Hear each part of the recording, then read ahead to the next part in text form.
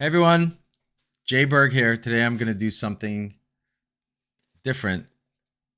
It's an unboxing of my new Everbook. So, what is an Everbook?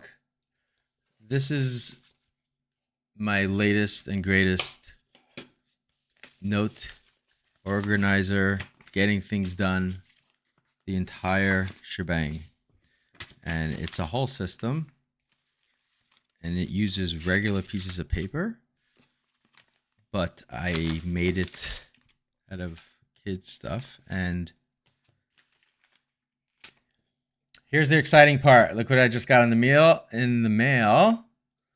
And I am doing Everbook reveal.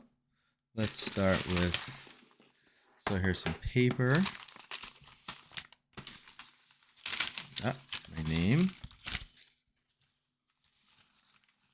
Seal.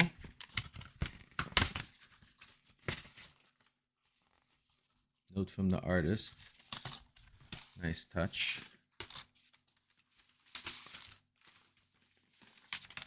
Okay, so here we are.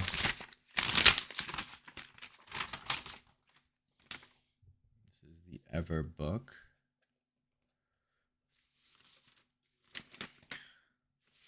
Has the Everbook emblem. Maybe it's hard to see. There, let's get that. And has my name.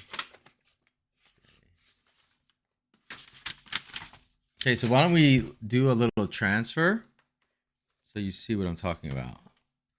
This is a piece of leather. Oh, look at that. It came with all the Everbook material. Well, I don't need that, right? Oh, I hope the mic's working. If I wasn't talking into the mic.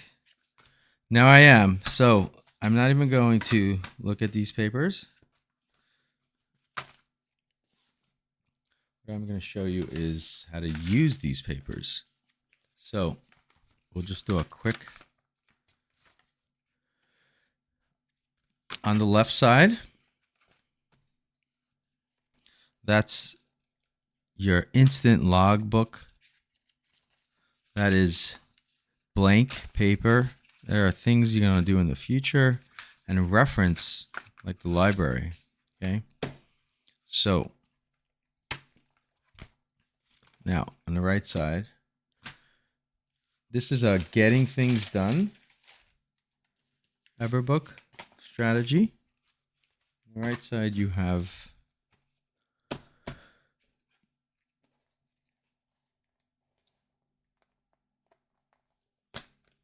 the things, and maybe instead of showing my stuff,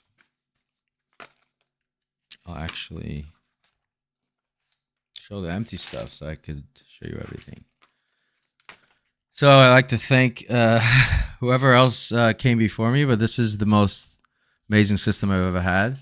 So you have Do More Good. That's your long-term calendar, yearly, monthly. The logbook journal.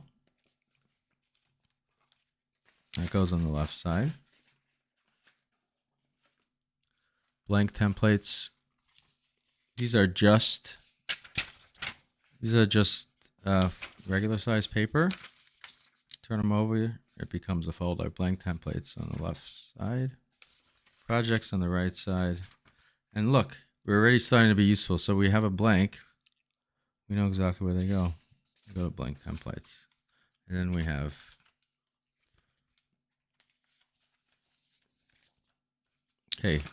deadlines, departures, milestones. Yeah, so I don't use that, but that's the annual planning sheet. So this goes into Do More Good. So I've been doing this for about less than a month, and it's like better than AI for me, put it that way. So I have projects. They go on the bottom, Do More Good. So I still really hardly touch these. Where it really gets interesting is next actions. I'll just take mine out if I can't find it here. They may not have it.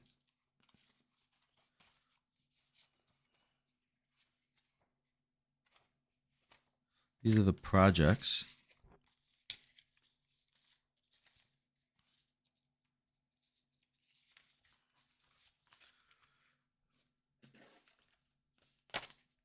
So there you go. I tested out this system.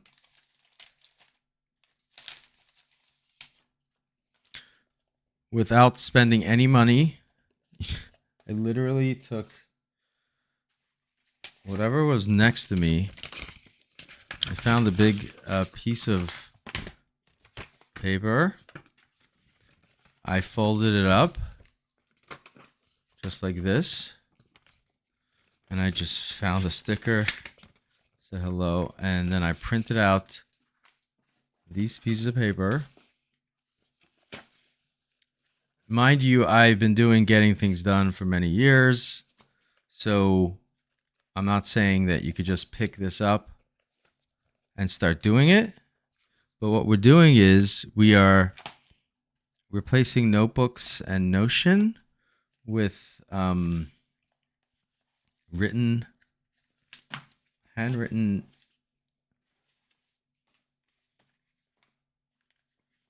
chaos, let's say, at the beginning. So this logbook, okay, is related to the inbox. Let's get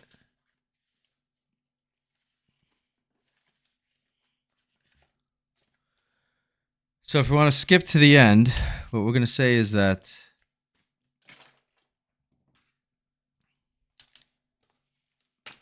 here we go. I lost my page. Okay, so projects, next actions. Okay, so you have next actions.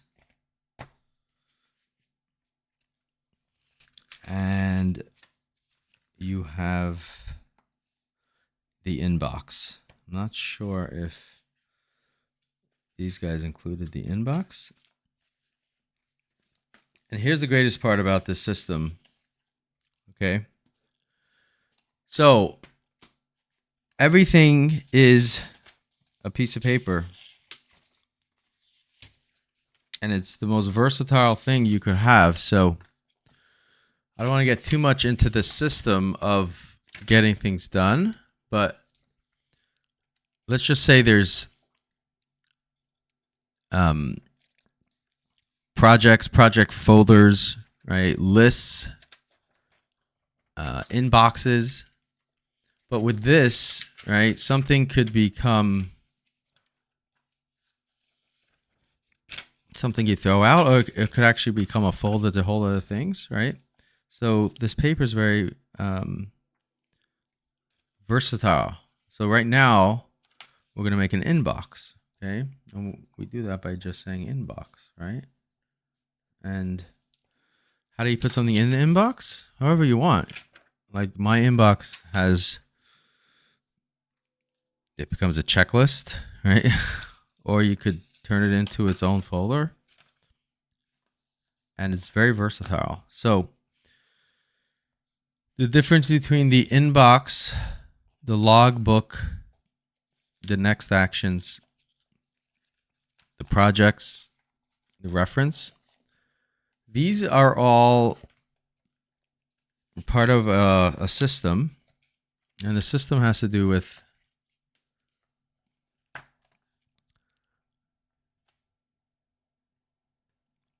periodic reviews of processes. So it lets you work in the moment.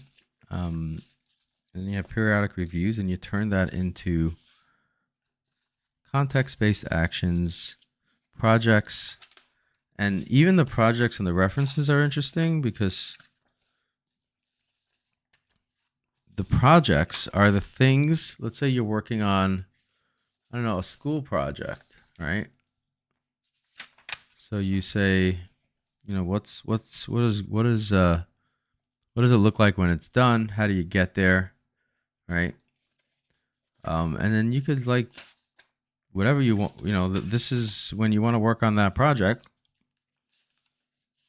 This is that project, right? So everything else is gone. Okay. You're working on this project, whatever you want to do with it. Now, reference is the stuff that the project needs. Whatever the project needs, data, drafts, page numbers, phone numbers, right? But the project itself is it's a list. It's a to-do list, the things needed to get this project done, not the steps, the actions needed to get the project done, and not the actual raw data. That raw data could be, schemas, data, stuff like that go across projects, right? Now, so you have a project and you have a set of actions. In theory, this is all in theory. In theory, right? You show up to your desk, right? And you're like, okay, next actions at my desk, ready for work. Take it out, and it says the next task for all the projects, and you set that up correctly, and that way you have all your projects down.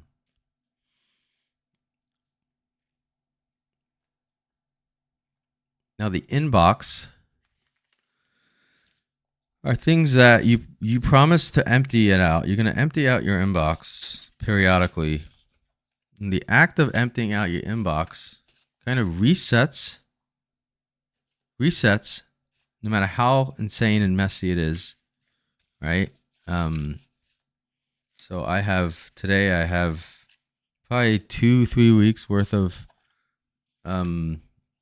action to take care of.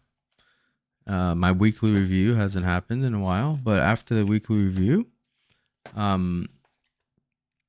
we will have reset all the context. We would have exponentially gathered better clarity and linearity of the chaos. So the final thing I bought is one of these. Not necessarily. But one last thing. But wait, there's more. We have the crane. Unboxing of the paper. It's very hard to find half-letter paper, by the way. So the one issue with this whole system is you're just going to have to make your own paper.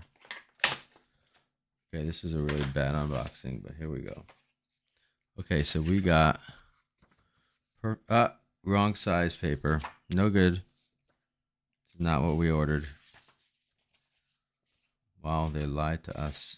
So we need this size paper. So here's the difference between A5 and half letter. Okay, so it's almost the same size. Ours is a little taller, but this is wider. So that whole box of paper will not fit, and it's going back.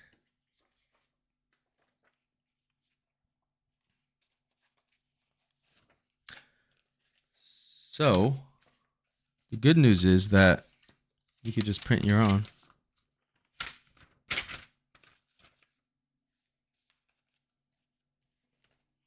I highly recommend to watch.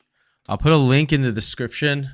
I'll put a link in the description about the Everbook video tutorials that finally got me back into getting things done and getting off the machine, off the AI, getting clarity into the chaos, exponential growth on all aspects of productivity. Everything that you've been trying to do is possible with the right tools. And it's nice that these tools are leather, paper, feels good, it smells good. This is the Everbook. Um, Murray Creative, Travelers Group.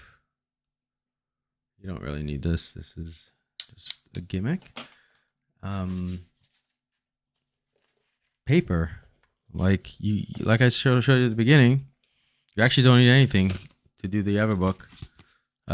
Almost zero cost to learn the system, and it's freeing. It's easy. It's pen and paper. It's very versatile, and it works. So that's my Everbook unboxing. First time ever. Thanks, guys. Jay. Sayonara.